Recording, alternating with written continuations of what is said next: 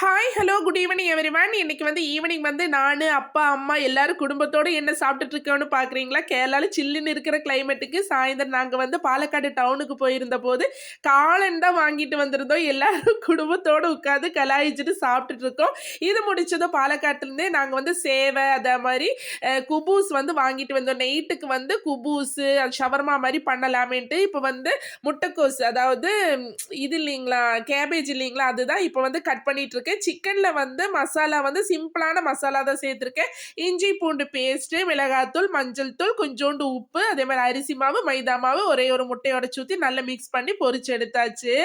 இந்த சில்லி சிக்கனும் ஹோம்மேடா நாங்க செஞ்ச மைனூஸும், அதே மாரி குபூஸ், அதே மாரி சாலட் எல்லாமே வீட்ல பண்ணிட்டு, இந்த மாரி ஒண்ணா உட்கார்ந்து சாப்பிடுறது எங்களுக்கு ரொம்ப என்ஜாய்மென்ட்டா பிடிக்கும்.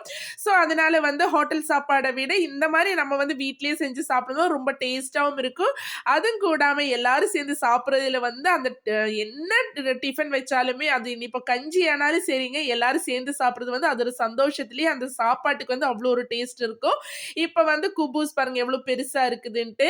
இது பாலக்காடுல தான் கிடைக்கும். எங்க ஊர் கிராமத்துல தான் இருக்குது. அங்க போம்போது நான் 2, 3 பேக்கெட் இந்த மாரி வாங்கி வைக்கிறதுண்டு. அதுக்கப்புறம் என்னங்க, அம்மா நல்ல சுட சுட சிக்கன் பொரிச்சு எடுக்க நாங்க எல்லாம் சாப்பிட்டாச்சு. உங்களுக்கு எல்லாருக்கும் கேரளா ஃபுட் பிடிச்சிருந்தா என்னோட சேனல சப்ஸ்கிரைப் பண்ணி, லைக் பண்ணி, ஷேர் பண்ணி சப்போர்ட் பண்ணுங்க.